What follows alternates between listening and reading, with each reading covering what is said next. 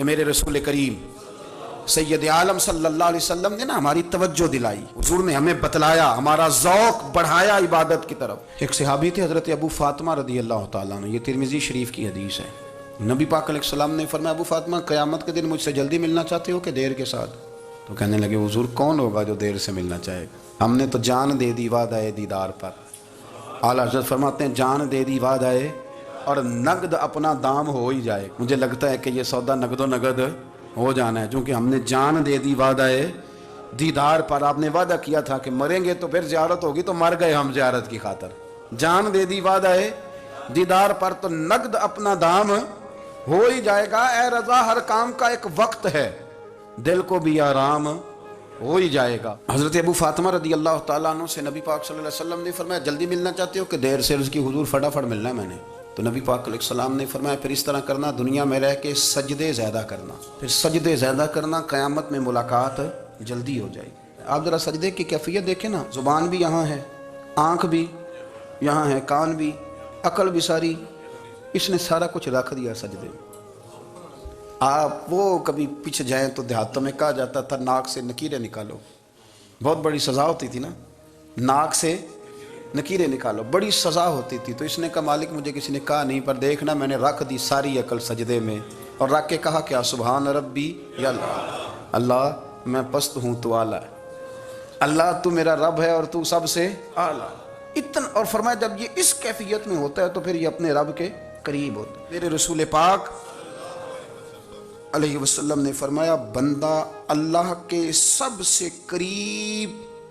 اس وقت ہوتا ہے جب وہ سجدے کی حالت میں ہوتا ہے۔ کس کے قریب ہوتا ہے؟ اللہ کے سب سے قریب ہوتا ہے، وہ بڑا نیڑے ہے رب کے، بڑا قریب ہے، اس لیے کہ وہ حالت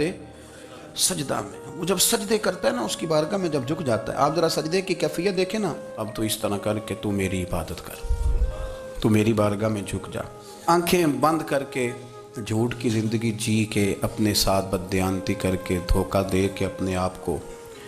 دائیں بائیں اپنے آپ کو کہیں مصروف رکھ کے کچھ وقت ضائع تو کر لیتے ہو، پر تمہیں پتہ تو ہے نا کہ عبادت اللہ کی کرنی، تمہیں اس کی خبر ہے کہ دیکھیں نا، انسان پر اگر کوئی شخص نیکی کر دیتا ہے، احسان کر دیتا ہے، تو انسان اس کے سامنے پھر گردن نہیں اٹھا سکتا، یار یہ میرے مشکل وقت کا دوست ہے، اس نے میرے ساتھ نیکی کی ہے، کبھی بھی گردن نہیں اٹھائے گا، جھکا کے رکھے گا۔ تو اگر عام کوئی نیکی کر دے تو اس کے سامنے انسان کبھی گردن نہیں اٹھاتا، تو جو رب ساری نعمتیں عطا فرمائے، جو کہے کہ تیری تخلیق میں نے کی، تجھ سے پہلوں کو بھی پیدا میں نے کیا، تیرے لیے زمین کا بچھونا بھی میں نے بچھایا، آسمان کی چھت بھی میں نے لگائی، تیرے لیے زمین سے ساری اناج کو، پھل کو، کھیتیوں کو نکالا بھی تیرے لیے، وہی رب ہے جس نے تمہارے لیے زمین کو فرش بنایا ہے، والسماء بنا، اور آسمان کو چھت بنایا، وانزل من السماء ماء فاخرج به من الثمرات رزقا لكم، زمین کو فرش بنایا، آسمان کو چھت بنایا، پھر آسمان سے پانی برسایا جس کے ذریعے پھل نکالے، اور وہ بھی کسی اور کے لیے نہیں، رزقا لکم، تمہارے رزق کے لیے، وہ بھی تمہارے رزق کے لیے، یہ ساری نعمتیں تمہیں دی ہیں۔ اب فلا تجعلوا للہ اندادا، اب تم اللہ کے ساتھ کسی کو شریک نہ بناؤ، وانتم تعلمون، اور تم جانتے بھی ہو، تمہیں خبر بھی،